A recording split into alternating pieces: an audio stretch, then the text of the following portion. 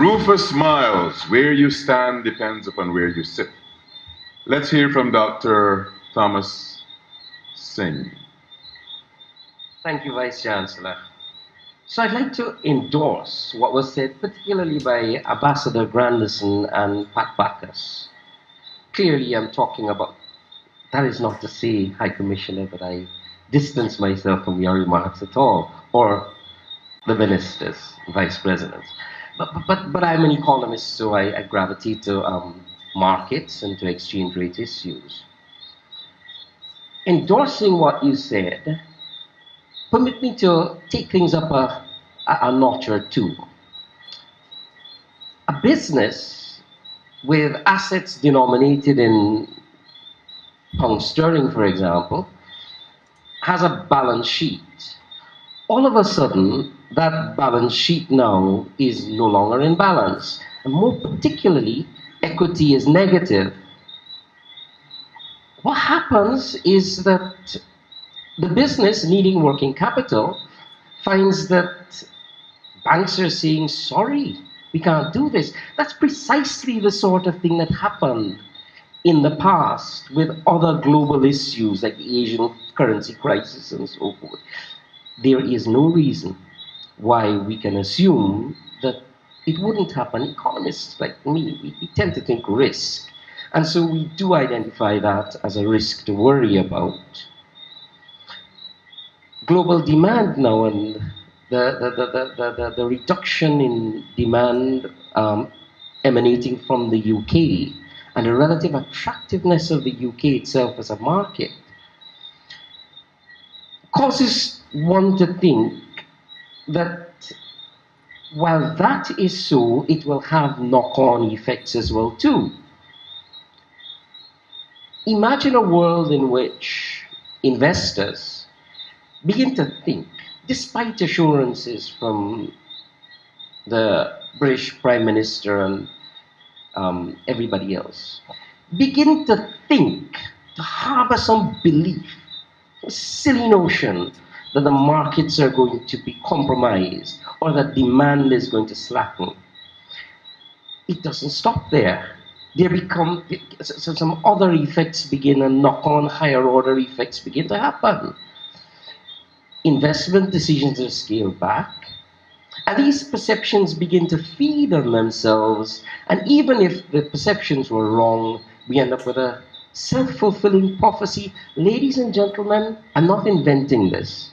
And actually, a gentleman, Robert Schiller, got a Nobel Prize for saying this. He's in high demand in the financial sector. It will happen just because people have perceptions, and this is the way beliefs work and reinforce themselves. I was going to ask Vice Chancellor, I have a little bit of a reputation, but it's one of loving diversity of opinion. So I was going to ask Minister Greenidge if he had gotten in touch with Dr. Prasad and said to him, I know your markets are primarily in Europe. How is your balance sheet? You know, that sort of thing. I'm saying, in other words, I'd have been proactive, and I think I share the view entirely that we have to be very proactive. Now, the other thing I'd like to mention is this business of the EU as the EU.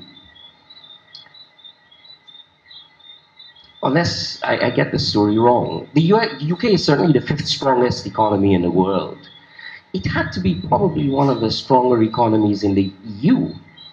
It had to have been one of the reasons, the presence had to be one of the reasons why other European nations felt that it was a good thing to belong to the EU. There's something we call the prisoner's dilemma that tells the story essentially of people cooperating when their self-interests might tell them to defect from the cooperative equilibrium. Well, it wasn't even an equilibrium. It is need for an agreement. The bottom line is that agreement has been threatened by the EU's, by the UK's decision. It does not matter what we say. That agreement is not the same. Well, it is the same, but a different set of players. The strongest player having left. The worry is, not for myself only, or not from myself only, but from several others, is that all the incentives that might have kept the European Union together might be vitiated by the exit of the UK.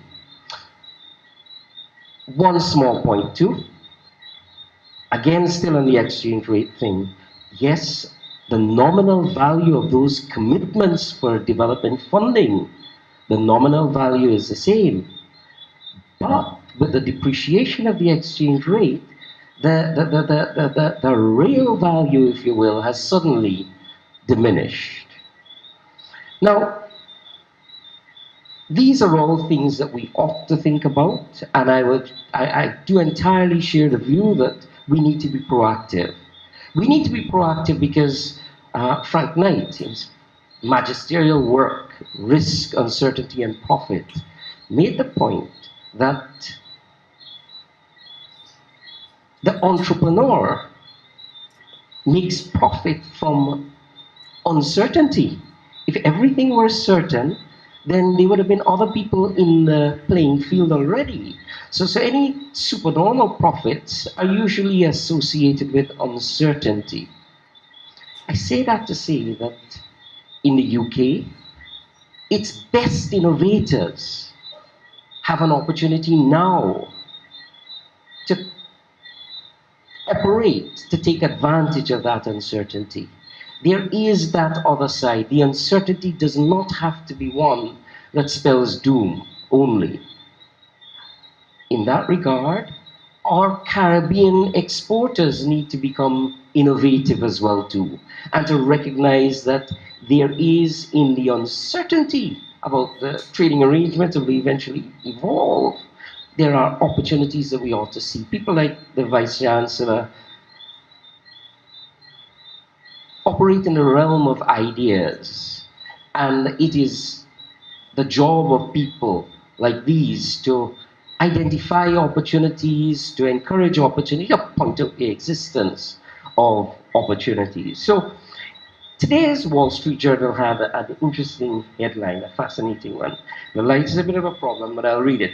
OPEC sees Brexit risk to oil demand. Slide in non-OPEC supply. So OPEC sees Brexit risk to oil demand. OPEC sees that the EU, post-Brexit, is not going to import as much oil and demand as much oil. And it sees a slide in non-OPEC supply. The non-OPEC supply is going to diminish as well. So in Guyana here, we see that as an opportunity, don't we? It's like sugar. We lost the markets, and we saw that as a grand opportunity to expand our sugar production.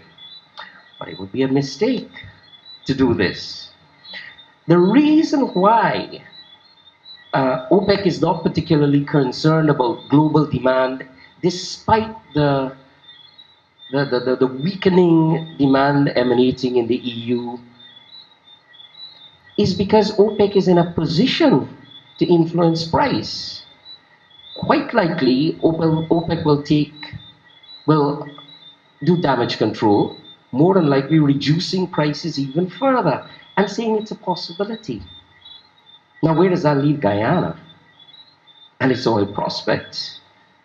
According to a Wood Mackenzie report, that's the name of the firm, for ExxonMobil's investments to make sense, the price of a barrel of oil has to be $70 US. Now it's less than 70. And if OPEC, in anticipation of weakening demand, decides to cut prices even more, we ought to wonder if we could be complacent and to think to ourselves, well, oil will indeed materialize and become a savior. I hate being like this, Vice Chancellor, but the neurons pop and I see things going to their logical conclusion.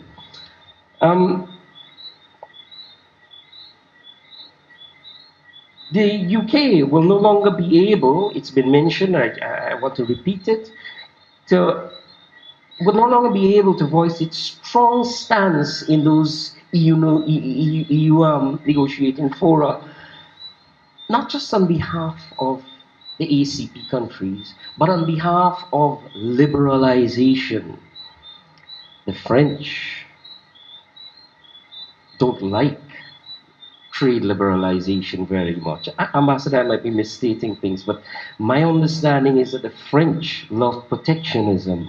It's almost like second nature to them. There are lots of EU countries that might be protectionist as a knee-jerk reaction to economic policy and trade policy. The point is, when we lose the EU, the UK, we're losing a voice for trade liberalization, allowing more protectionist policies to dominate. But that point was made before. This point hasn't been made at all, and it has to do with climate change. The UK would no longer be in a position to urge the EU to adopt climate change mitigation policies the way it had been doing so far. Need I remind you about Volkswagen? Germany is now the big, it always was, but it's now the major force in the EU. And one of Germany's major companies, Volkswagen, not without warning within the EU itself, mind you, it rigged its emissions tests. I say that because sentiment matters, history matters, people's identity matters. And in the discussions of climate change, in the negotiations, there's always a strong incentive for the developed countries to say to themselves, we do need fossil fuels. We can't do without them. The UK, on the other hand, had been one of those voices within the climate change negotiations that had been strongly supportive of things like low carbon growth. Now, there are some things that will happen and that have happened that I don't want to go on. Maybe I should just say one more thing, one more implication in that regard, is that we'll get more Norway type agreements. And I'm not sure that that's a benefit. In other words, then, instead of the EU and countries like that feeling compelled to change their lifestyles, if you will, reduce fossil fuel consumption and that sort of thing, they will feel as if it is easy now to strike an agreement, a Norway-type agreement with countries like ours. And don't fool yourselves, 250 million US dollars over 5 years wasn't very much. So that's sort of one of the implications that I didn't want to mention. Let me talk about the benefits. A clear and obvious benefit was that the price of gold increased and we produced gold. That's a good thing. Because investors were worried. They were ditching their UK denominated assets. The demand for gold went up and we benefited.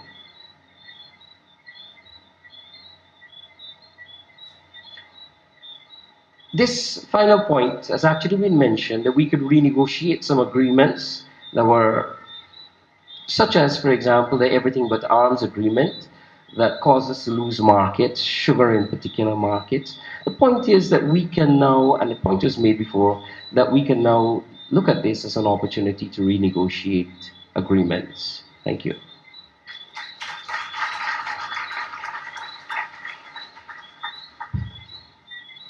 Clearly, ladies and gentlemen, we had an excellent set of interpretations of implications. And clearly, there is a multiplicity of implications depending upon where people sit.